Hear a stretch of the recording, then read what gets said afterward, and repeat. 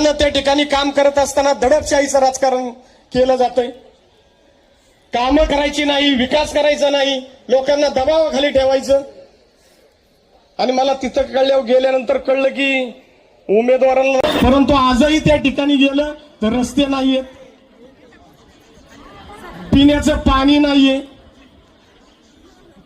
निवडणूक आली की आश्वासनं द्यायची आणि पुन्हा निवडणूक आली की मायबाप गोरगरीब जनतेला त्या ठिकाणी दमदाटी करायची। आता मी पाहतोय त्या ठिकाणी जी काही मायबाप जनता त्या ठिकाणी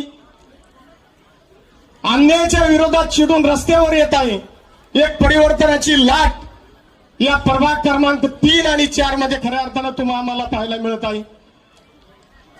मायबाप जनता वैतागलेली आहे, परंतु आता दादागिरीची भाषा चालू झाली। तुझ्या का बघतो, तुझ्या नळाचंच पाणी बंद करतो, आणि नळाला पाणीच येत नाही तर बंद कुठून करता।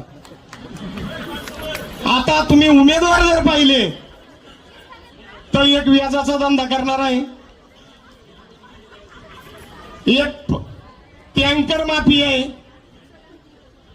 त्या ठिकाणी स्वतः उमेदवाराची आज मी मीडियाच्या माध्यमातून संपत्ती पाहिली, त्यांनी डिक्लेअर केलेली संपत्ती 350 कोटी रुपयाची। पैसे आले कुठून? राज्य शासनाने याची चौकशी करावी, पैसे कुठून आले। त्यामुळे ही लढाई धनशक्ती विरुद्ध जनशक्तीची ही लढाई। अरे गोरगरीब मायबाप जनतेला दिवसभर कष्ट करावे लागतात, हातावरचं पोट आहे आमच्या मायबाप जनतेचं। दिवसभर कष्ट नाही केले तर संध्याकाळी त्या पातेल्या पाहायला लागत आहे मोकळं। पोरग जर आजारी पडलं, मुलाचं शिक्षण महिना नाही भरत आला तर डोळ्यासमोर अनेक प्रश्न निर्माण होतात। माझं कुटुंब चालणार कुठं कसं? मग यांच्याकडे एवढे पैसे आले कुठून?